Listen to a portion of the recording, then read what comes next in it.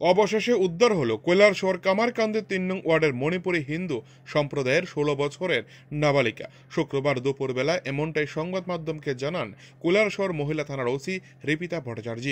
ওই নাবালিকা পরিবারের লোকেদের অভিযোগ, কৈলাসহর মাগরুলি এলাকার বাসিন্দা মোয়াকির আলীর ছেলে সাইফুর রহমান নামে এক মুসলিম যুবক গতকাল দুপুরবেলা ওই নাবালিকা বাড়ির সামনে একটি গাড়ি নিয়ে আসে। নাবালিকাটিকে ঘর থেকে বের হওয়া মাত্রই বলপূর্বক সেই গাড়িতে উঠিয়ে নিয়ে চলে যায় ওই যুবক ওই নাবালিকাকে। অনেক খোঁজাখুঁজি করার পর সেই নাবালিকার কোনো সন্ধান না পেয়ে গতকাল বিকালবেলা কৈলাসহর মহিলা থানায় নাবালিকার পিতা সাইফুর রহমানের বিরুদ্ধে একটি লিখিত আকারে অভিযোগ দায়ের করে। অভিযোগ মূলে পুলিশ মামলাটি নথিভুক্ত করে, যার নম্বর হলো 67/2024 এবং গতকাল রাত্রিবেলা কৈলাসহর মহিলা থানার পুলিশ, ইরানি থানার পুলিশ ও মাগরুলি এলাকার বাসিন্দাদের সহযোগিতায় ওই এলাকায় থেকেই ওই নাবালিকাকে উদ্ধার করে নিয়ে আসে কৈলাসহর মহিলা থানার পুলিশ।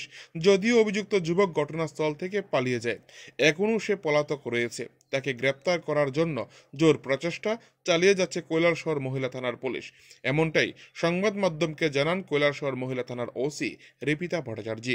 কৈলাসহর থেকে নিজস্ব প্রতিনিধি রিপোর্ট, টিভি 100 বাংলা। কামারকান্দি এলাকার এক নাবালিকাকে বলপূর্বক অপহরণ করে নিয়ে গেছে মাগরুলি এলাকার এক যুবক বলে ওর অভিযোগ তুলেছিল এবং আপনাদের এখানে কালকে একটা লিখিত অভিযোগও দিয়েছিল। আপনারা কি উদ্ধার করতে পেরেছেন সেই নাবালিকা এবং সেই যুবকটিকে?